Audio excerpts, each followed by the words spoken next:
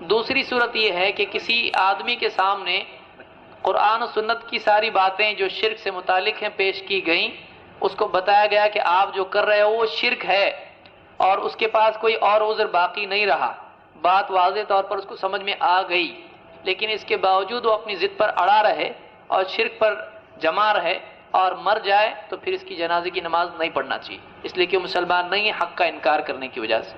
خود قرآن میں اللہ تعالیٰ نے فرمایا وَقَدْ فَصَّلَ لَكُم مَّا حَرَّمَ عَلَيْكُمْ إِلَّا مَا اضْطُرِرْتُمْ إِلَيْهِ، جی کہ اللہ نے تم کو واضح کر دیا ہے کہ تم پر اللہ نے کیا حرام کیا ہے، سوائے ان چیزوں کے جن میں تم مجبور کر دیے جاؤ۔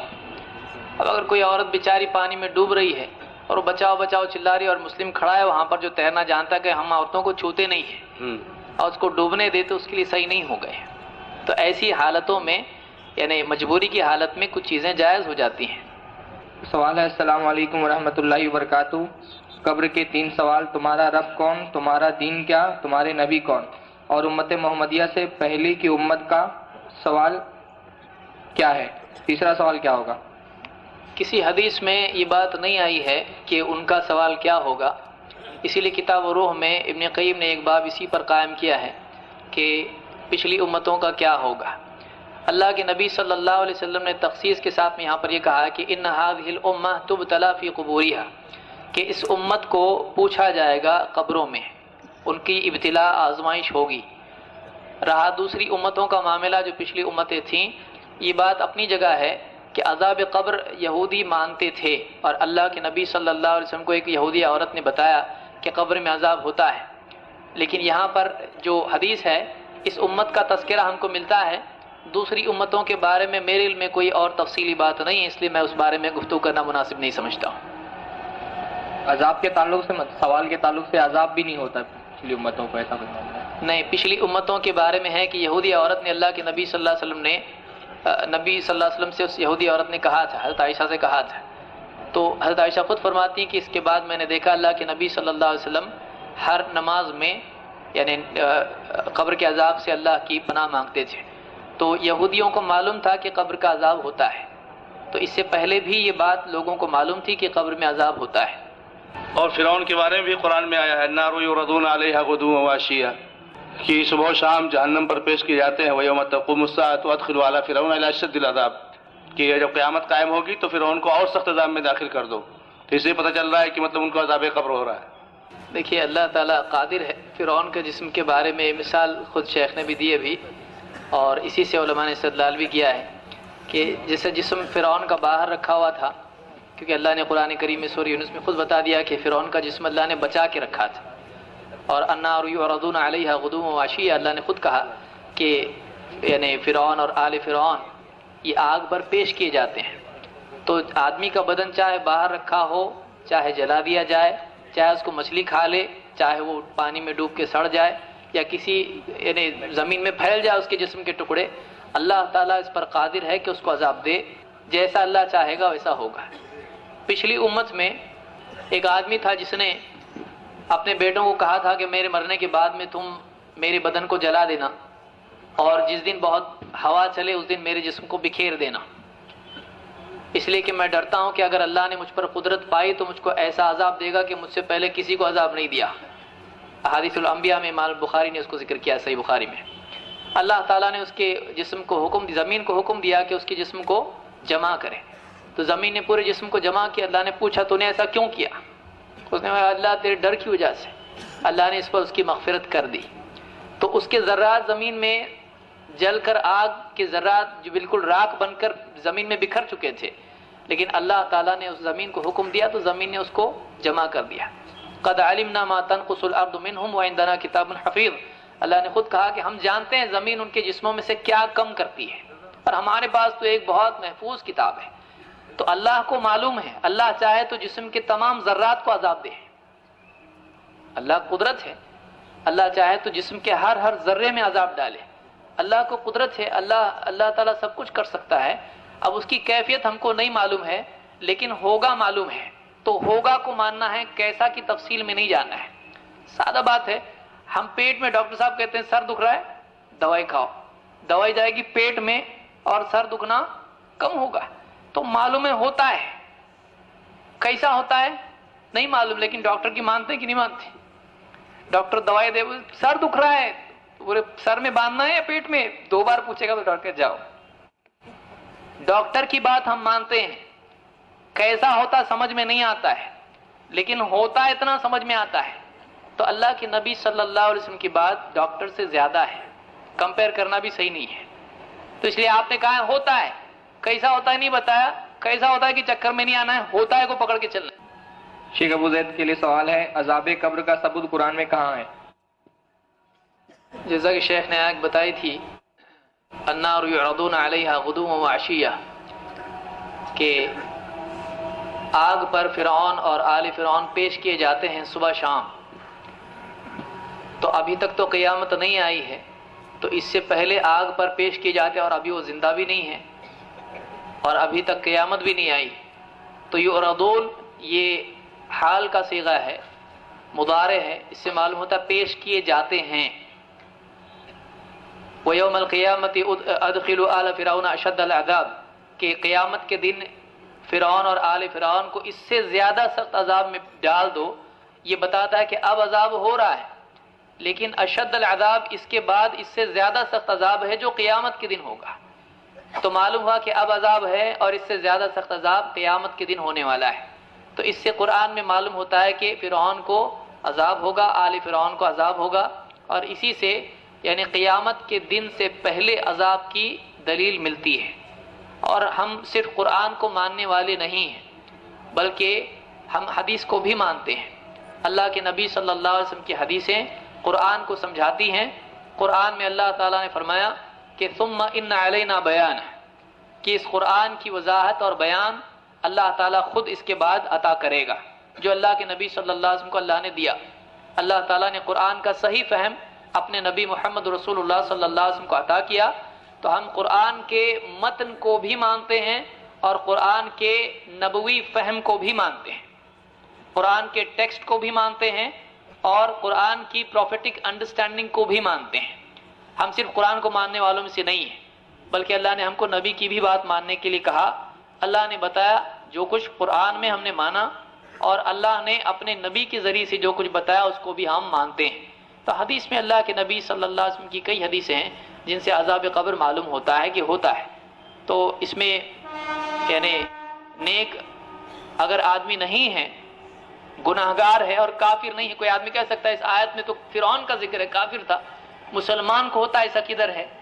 تو حدیث میں خود اللہ کے نبی صلی اللہ علیہ وسلم نے بتلایا کہ آپ ایک مرتبہ جا رہے تھے، پورا واقعہ ہے، آپ نے 2 قبروں کے بارے میں کہا انہما لا یعذبان وما یعذبان فی کبیر، کہ ان دونوں کو عذاب ہو رہا ہے اور بہت بڑی بات میں نہیں ہو رہا ہے۔ اور پھر آپ نے کہا کہ بلکہ یہ بڑی باتیں تھیں واقعی اگر دیکھا جائے، کہ اگر بچنے کے اعتبار سے آسان تھیں لیکن اس کی نقصان کے اعتبار سے وہ بہت سنگین باتیں ہیں۔ ان میں سے ایک پیشاب میں احتیاط نہیں کرتا تھا اور دوسرا چغل خوری کیا کرتا تھا۔ تو آپ نے نہیں کہا کہ شرک کی وجہ سے ان کو عذاب ہوتا ہے، آپ نے کہا کہ ان کو چغل خوری اور پیشاب میں بد احتیاطی کی وجہ سے عذاب ہو رہا ہے۔ تو یا آپ بتائیے کہ یہاں پر اگر وہ مسلمان ہی نہیں تھے تو کسی اور وجہ سے عذاب کیوں ہوگا؟ کفر ہی کافی وجہ ہے اس کی عذاب کے لیے، لیکن وہ مسلمان تھے، اس لیے آپ نے کہا کہ ان کو ان 2 باتوں کی وجہ سے عذاب ہو رہا ہے۔ اس کے علاوہ اور بہت ساری حدیثیں ہیں۔ دوسری بات جو آیت یہاں پر میں نے بتائی یثبت اللہ الذین آمنوا، اس کے بھی ضمن میں بہت ساری آیت ہیں، یا اسی طرح سے معیشتاً ضنکا کا لفظ جو قرآن میں آیا ہے، تو اس طرح کی کئی آیتیں ہیں جن میں اشارتاً یہ بات ہے، اشارہ ہے۔ جیسے اقامت الصلاح ایک مجمل حکم ہے، نماز قائم کرو، لیکن نماز کیسے قائم کی جائے حدیث میں موجود ہے۔ اسی طرح سے اللہ نے بہت سارے عقائد ذکر کیے ہیں، ان کی تفصیل حدیث میں موجود ہے۔ تو ہم کو چاہیے کہ ہم قرآن کو مان کر حدیث کا انکار نہ کریں، قرآن کے سمجھنے کے لیے حدیث کو اختیار کریں۔ شیخ ابو زید کے لیے سوال ہے، وہ لمبی حدیث انہوں نے ذکر کی کہ حضرت آدم کو جب دنیا میں بھیج دیا گیا تو انہوں نے عرش کے نیچے لکھا ہوا کا نام، تو ان کے صدقے سے دعا کی اور ان کی دعا قبول کی گئی۔ بھائی یہ پوچھنا چاہتے ہیں کہ یہ حدیث کیا ہے، ڈیٹیل بتائیے اس کے بارے میں، صحیح ہے غلط؟ ایک لمبی مشہور حدیث ہے جس کو امام الحاکم نے اپنی المستدرک میں روایت کیا ہے کہ آدم علیہ السلام نے جو ان سے جنت میں اللہ کا حکم ٹوٹا، پیڑ کے قریب جانے سے منع کیا تھا، تو اس کے بعد میں پوری تفصیل ہے، تو انہوں نے اللہ سے دعا کی تو انہوں نے اللہ کے نبی صلی اللہ علیہ وسلم کے وسیلے سے دعا کی. ان سے پوچھا گیا تو انہوں نے کہا کہ میں نے یعنی جنت میں دیکھا تھا لا الہ الا اللہ، تیرے نام کے ساتھ ایک اور نام دیکھا، تو میں نے سمجھا کہ نام جب تیرے نام کے ساتھ ہے تو کوئی بڑی شخصیت ہوگی، تو اس لیے میں نے ان کے وسیلے سے دعا کی. تو اس حدیث کو امام حاکم نے اپنی المستدرک میں روایت کیا، لیکن یہ حدیث موضوع ہے، سخت ضعیف ہے، جھوٹی حدیث اس کو کہا جا سکتا ہے، اس لیے کہ اس کی سند میں ایک راوی ہے عبد الرحمن ابن زید ابن اسلم. عبد الرحمن ابن زید ابن اسلم، اس کے بارے میں خود امام الحاکم نے اپنی کتاب المدخل الی الصحیح میں، جو ان کی اپنی کتاب ہے المدخل الی الصحیح، اس کتاب میں خود انہوں نے کہا کہ یہ راوی اپنے باپ سے جھوٹی حدیثیں بیان کرتا تھا، اس لیے یہ حدیث صحیح نہیں، اس لیے کہ اس میں یہ راوی ہے اور اسی پر اس کا مدار ہے اور یہ صحیح روایت نہیں ہے. بسم الله الرحمن الرحيم يثبت الله الذين آمنوا بالقول الثابت في الحياة الدنيا وفي الآخرة ويضل الله الظالمين ويفعل الله ما يشاء.